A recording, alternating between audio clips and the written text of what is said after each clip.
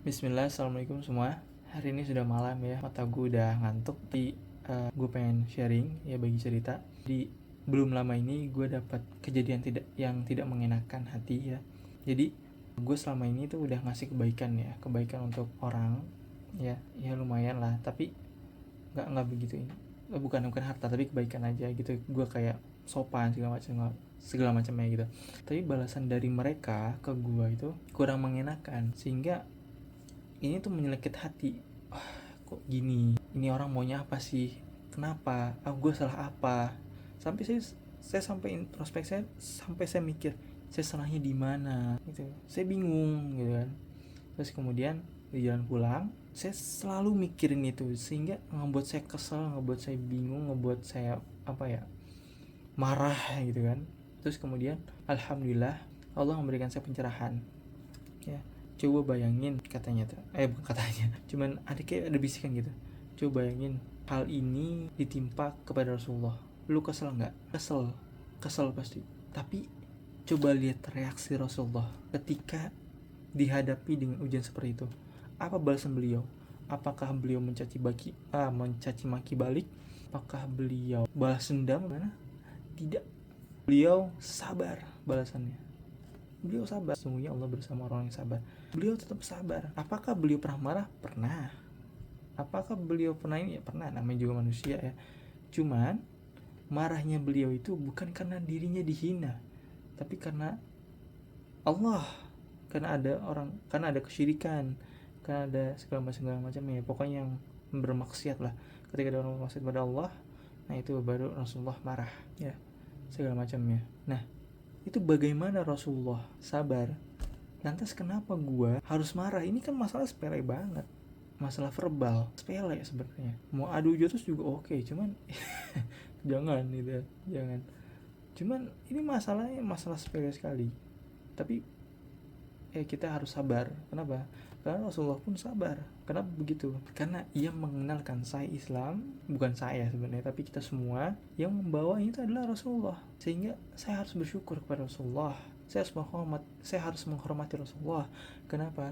Karena jasa-jasa beliau lah saya bisa mengenal Allah. Saya bisa mengenal siapa diri saya. Saya bisa tahu kenapa saya, ya pokoknya begitu. Ya, kita harus menghormati Rasulullah. Pelajaran pertama adalah sabar. Dan yang kedua, ketika kita berbuat baik kepada orang lain, kita ingin dilihat oleh siapa? Oleh Allah kah? Atau oleh diri kita sendiri? Oleh Allah kah?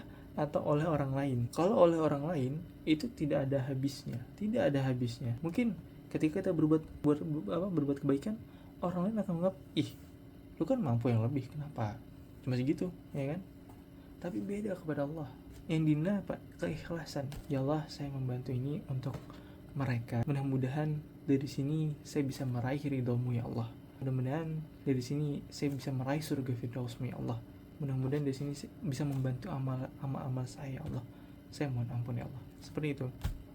Tapi kalau misalnya kepada manusia, itu rugi. Udah kita ngusahain baik-baik, ya, feedback ke kitanya juga nggak dapet. Kan kita ngasih kebaikan ya ke orang lain ya, tapi balasannya malah minus, kecewa kita ya. Itu nggak ada habisnya. Mungkin balik ke kitanya lagi, mungkin bahkan sama ya, atau plus, tapi ada rasa nggak enak ya ke mereka mungkin nggak mampu, tapi mereka mengusahain untuk ngasih gitu, misalnya gitu.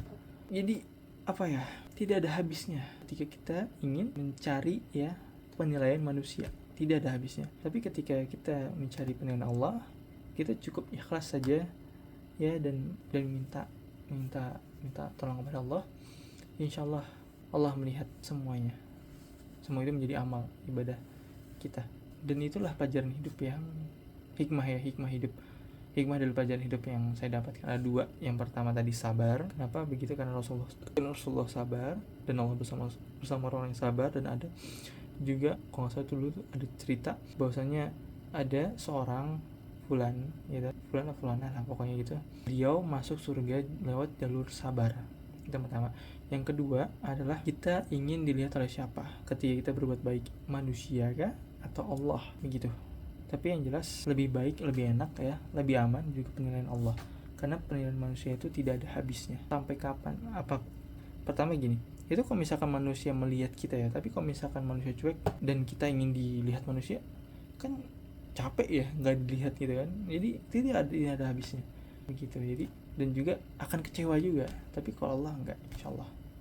Itu saja, itu saja yang bisa gue bagi ya, insyaallah mudah-mudahan bermanfaat. Dan maaf kalau misalkan ada belibet-belibet, soalnya ini pertama kali gue bicara panjang seperti ini. Masya Allah, tabarakallah.